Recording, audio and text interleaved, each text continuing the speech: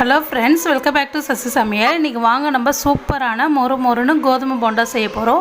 எவ்வளோ சூப்பராக இருக்குது பாருங்கள். வாங்க எப்படி செய்யலான்னு பார்க்கலாம். கோதுமை மாவு போண்டாக்கு நான் ஒரு கப்பு, இந்த கப்பால் ஒரு கப் நான் கோதுமை மாவு எடுத்துருக்கேன். இதில் வந்து ஒரு டேபிள் ஸ்பூன் கிட்ட நம்ம வந்து அரிசி மாவு, பச்சரிசி மாவு சேர்த்துக்குங்க. இப்போ இதில் தேவையான அளவு உப்பு சேர்த்துக்கலாம்.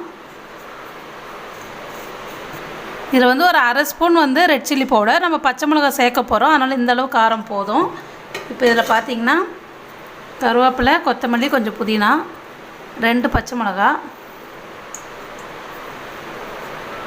இதில் 2 வெங்காயம் கட் பண்ணி வச்சுருக்கேன், அதையும் சேர்த்துக்கலாம். இது டேஸ்ட்டு சூப்பராக இருக்கும், நல்லா மொறுன்னு இருக்கும். நம்ம அரிசி மாவு சேர்த்துக்கிறதுனால வெறும் கோதுமை மாவு சேர்த்திங்கன்னா நல்லா சாஃப்டாக கிடைக்கும். ஒரு சின்ன துண்டு இஞ்சி, இதில் ஒரு 1/4 ஸ்பூன் சோம்பு சேர்த்துக்குங்க. இதில் பார்த்தீங்கன்னா நான் நல்லா வாஷ் பண்ணி வச்சுருக்கேன் முட்டைக்கோசு ஒரு 2 கை சேர்த்துக்கலாம்.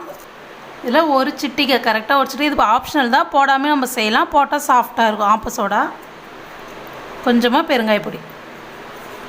இப்போ இதை நல்லா பிசைஞ்சிக்கலாம். இதை மிக்ஸ் பண்ணிவிட்டு நம்ம தண்ணி தெளித்து நல்லா போண்டா பதத்துக்கு நம்ம இதை மிக்ஸ் பண்ணி எடுத்துக்கலாம்.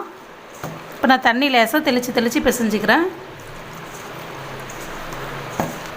பாருங்கள், மாவை நல்லா நான் தண்ணி விட்டு இந்த அளவு தளர்வா பார்த்தா தெரியும். நம்ம உருண்டை பிடிக்கிற அளவு கிடையாது, கிள்ளி போடுற அளவுக்கு இருக்குது பாருங்கள். இப்படி இருந்தால் தான் நல்லா சாஃப்டாக இருக்கும், உள்ளே வெளியே நல்லா மொறுன்னு இருக்கும். இப்போ நம்ம பொரிக்க ஆரம்பிச்சிடலாம். எண்ணெய் நல்லா காஞ்சிடுச்சுன்னா நம்ம போண்டாவாக போட்டுக்கலாம். குட்டி குட்டி போண்டாவாக நம்ம போட்டுக்கலாம். நல்லா சூப்பராக இருக்கும் டேஸ்ட்டு.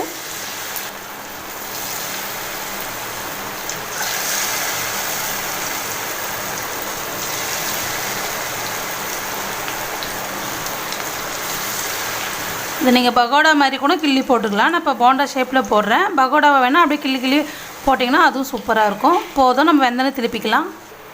பாருங்கள், போண்டாலாம் சூப்பராக வெந்துருச்சு பாருங்கள். நல்ல கலர், நல்ல ஷேப்பாக வேணால் நீங்கள் நல்லா தண்ணி வச்சுட்டு உருட்டி போட்டுக்குங்க. இந்த மாதிரி இருந்தால் சூப்பராக இருக்கும். இப்போ நம்ம இதை எடுத்துக்கலாம் எண்ணெயிலேருந்து. பாருங்கள், எண்ணெயே கொஞ்சம் கூட குடிக்காது, நல்லா சூப்பராக வந்துருக்கு பாருங்கள். நல்லா மொறுன்னு கிறிஸ்பியாக இருக்கும். நல்லா ஆறணுன்னே நல்லா கிறிஸ்பியாக இருக்கும், சாஃப்டாக, உள்ளே சாஃப்டாக இருக்கும். நம்ம எடுத்துக்கலாம். இதுமாதிரி நம்ம எல்லா போண்டாவும் பொரிச்சிட்டு பார்க்கலாம். பாருங்கள், நமக்கு சூப்பரான மொறுன்னு கோதுமை கோஸ் போண்டா சூப்பராக ரெடி ஆகிடுச்சு. எவ்வளோ சூப்பராக இருக்குது பாருங்கள். பாருங்கள் எவ்வளோ உள்ளே பாருங்கள் எவ்வளோ சாஃப்டாகவும் வெளியே நல்லா கிறிஸ்பியாகவும் சூப்பராக வந்திருக்கு. கண்டிப்பாக ட்ரை பண்ணி பார்த்து மறக்காமல் சசி சேனலை சப்ஸ்கிரைப் பண்ணுங்கள், லைக் பண்ணுங்கள், ஷேர் பண்ணுங்கள், கமெண்ட் பண்ணுங்கள். Okay, thank you.